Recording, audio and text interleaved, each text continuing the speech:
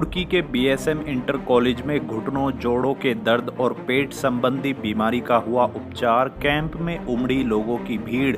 4 जुलाई तक चलेगा कैंप। रुड़की के बीएसएम इंटर कॉलेज के प्रांगण में चल रहे घुटना दर्द और जोड़ों के दर्द, पेट संबंधित रोगों में अब तक करीब 350 मरीज इस कैंप का लाभ उठा चुके हैं, जो कि 30 जून को बीएसएम इंटर कॉलेज में शुरू हुआ था, जिसमें देहरादून के वरिष्ठ चिकित्सक डॉक्टर विक्रांत अहलावत पहुंचे हैं, जो कि 4 जुलाई तक चलेगा। कैंप का उद्घाटन बतौर मुख्य अतिथि करने पहुंचे पूर्व राज्य मंत्री मनोहर लाल शर्मा द्वारा किया गया था। इस कैंप में बड़ी संख्या में घुटनों और जोड़ों के दर्द के मरीज पहुंच रहे हैं। शहर के लोगों ने इस कैंप का अभी तक खूब फायदा उठाया है। कैंप लगाने का वो प्रोग्राम है। मेरी अपनी एक संस्था है डॉक्टर अहलावत चैरिटेबल फाउंडेशन।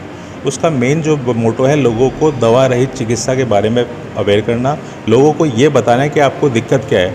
आजकल के टाइम में नॉर्मली क्या है, आप किसी के पास भी जाओगे, मैं किसी डॉक्टर की बुराई नहीं कर रहा, आप उसके पास जाओगे वो सीधा पेशेंट को 10-12 हज़ार 15 हज़ार के टेस्ट लिख देता है, ये टेस्ट कराओ वो टेस्ट कराओ, बेचारा वो इधर उधर धक्के खाते रहता है। ठीक है, उसके बाद उसको ये नहीं पता, पहली बात तो उसको ये नहीं पता होता कि उसको जाना किस डॉक्टर है। पता लगा मेरे पेट में दर्द है, मैं एमडी मेडिसिन के पास पहुंच गया, जबकि मेरे को गैस्ट्रो के पास जाना चाहिए था। मेरे को सीने में दर्द है, मैं एमडी मेडिसिन के पास पहुंच गया, जबकि मेरे को जाना चाहिए था हार्ट स्पेशलिस्ट के पास। या मेरी आपके स्पाइन में पेन हो रहा है, अब मैं पहुंच गया ऑर्थो वाले के पास, जबकि मेरे को जाना चाहिए था आपको न्यूरो सर्जन के पास या न्यूरो मेडिसिन के पास। तो हम लोगों को यही नहीं पता कि हमें जाना किसके पास।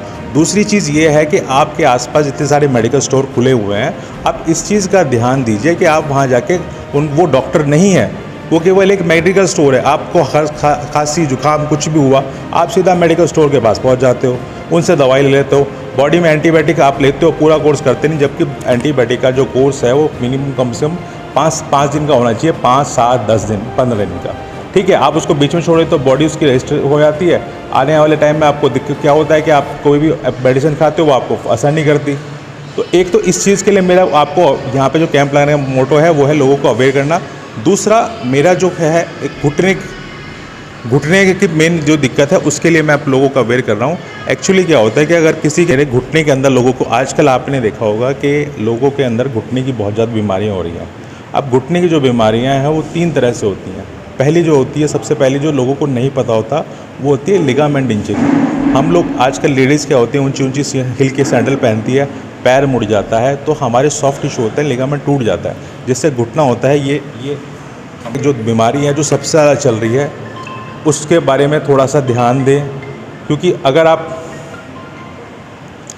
आप अपनी घुटने की बीमारियों पे इतना ध्यान नहीं देंगे, बेसिकली बॉडी का मेन जो पार्ट है वो घुटना है, और आप उसी के थ्रू आप लोग चल फिर सकते हैं, स्वस्थ रह सकते हैं। अब लोगों को आने वाला काफ़ी लोगों को शुगर है, बीपी है, उनको घूमना बहुत ज़रूरी है। अगर मेरे घुटने में भी दिक्कत होगी तो मैं कैसे चलूँगा? तो उसके लिए हम लोगों ने नॉर्मली क्या किया है कि ठीक है, और आपको ऑस्टियोआर्थराइटिस शुरू हुई है तो इस टाइप का एक नी ब्रेस होता है। इस नी ब्रेस को अगर आप यहाँ घुटने पे ऐसे लगा लेंगे तो उससे लगाने से बेनिफिट क्या रहेगा कि आपका जो घुटने का वेट है वो ये फ्री हो जाएगा और सारा वेट आपका नीचे डिवाइड हो जाएगा। इससे क्या होगा, घुटना आपस में टकराना बंद कर देगा और घुटना फ्री हो जाएगा, जिससे आप ऑपरेशन कंडीशन में नहीं जाएंगे। आपका ऑपरेशन जो है से आप बच जाएंगे। तो मेरा मेन क्या है, अब ऑपरेशन के लिए मैं लोगों को अवेयर कर रहा हूँ कि आप नी ब्रेसेस लगाइए, तो आपका ऑपरेशन से आप लोग बच जाएंगे। अगर आपने ऑपरेशन करा लिया है उसके बाद भी अगर आप नी ब्रेस लगाते हो तो उस घुटने की लाइफ बढ़ जाती है। ये मेरा अपना ओपिनियन है। तो मेरा लोगों से यही अनुरोध है, केवल अपने स्वास्थ्य के लिए जागरूक रहें और अपना टाइम पे जो चेकअप है उसको कराते रहें। और ये कैंप जो है आप मेरा 30 जून को शुरू हुआ था, जिसमें हमारे अध्यक्ष जी जो BSM college group inter college के अध्यक्ष जी हैं शर्मा जी, मनोहर लाल शर्मा जी ने उसका उद्घाटन किया है। उन्होंने मेरे को यहाँ पे मौका दिया कैंप लगाने का, मैं उनका बहुत आभारी हूँ। वो रुड़की के लिए बहुत अच्छे काम करते रहते हैं। तो मैं यही कहूँगा कि इस कैंप का लोग ज़्यादा से ज़्यादा यहाँ आके फ़ायदा उठाएं। मेरा कैंप 30 तारीख को शुरू हुआ है, 4 तारीख तक चलेगा। तो लोग जितने ज़्यादा आएँ उतने इसका फ़ायदा उठाएँ और अपने रोगों से मुक्ति पाएँ। ना ये एक घुटने का सैंपल है। इसमें आगे वाले देख रहे हो आप, ये पटेला है, साइड में 2 लिगामेंट्स हैं, एक पीछे लिगामेंट्स है, बीच में एक गद्दी होती है जिसको लोग देसी भाषा में ग्रीस बोलते हैं, हम लोग उसको कार्टिलेज बोलते हैं। ये घुटना इसके ऊपर काम करता है। घुटना ख़राब होने के 3 कारण होते हैं। पहला पेरेंटल, अगर मेरे मम्मी पापा या मेरे दादा दादा या नाना नानी को कभी गठिया है तो वो हमारे में आ सकती है। हमारे जब मेरे मम्मी पापा के 4 बच्चे हैं तो चारों में भी आ सकती है या किसी एक में भी आ सकती है। ठीक है, वो पहला का कारण तो ये होता है। दूसरा कारण जो होता है वो होता है आपका लिगामेंट इशू। आजकल आपने देखा होगा लेडीज़ जो होती हैं वो ऊंची ऊंची हील की सैंडल्स पहनती हैं। अब क्या होता है कि जो हमारे लिगामेंट होते हैं वो सॉफ्ट टिश्यू होते हैं। पैर मुड़ गया या हम कहीं गिर गए वो हमें पता नहीं लगता, 4-5 दिन पैर में दर्द रहता है, हम लोग बाम वगैरह लगाते हैं वो ठीक हो जाता है, और ये घुटना अपनी जगह से खिसक जाता है। ये टिश्यू टूट माने कि ये टिश्यू टूट गया, अब टूट के घुटना अपनी जगह से खिसक गया तो ये क्या करेगा, इस पर अनएथिकली प्रेशर डालेगा। मतलब अब इसको चलना तो इसकी जगह यहाँ बनी, इसको चलना तो यहाँ था, बट ये चल यहाँ रहा है तो क्या है, इसकी थिकनेस को कम कर देगा। थिकनेस को कम करते कुछ टाइम बाद ऑस्टियोआर्थराइटिस जो है आपका हमें शुरू हो जाता है। अब उसके बाद दिक्कत क्या आती है कि पहले घुटने में दिक्कत होती है तो हम लोग क्या करते हैं कि आपका उस घुटने पे वजन डालने के बजाय दूसरे घुटने में वजन डालना शुरू कर देते हैं। सीढ़ी चढ़ रहे हैं तो दूसरे घुटने चढ़ रहे हैं, उतर रहे हैं दूसरे से उतर रहे हैं। अब उससे क्या रहता है कि अब जैसे मेरी पूरी बॉडी है, अब मेरी पूरी बॉडी दोनों घुटनों पैरों पे चलने के लिए है, अब मैं एक पे डालूंगा तो दिक्कत होनी शुरू हो जाएगी।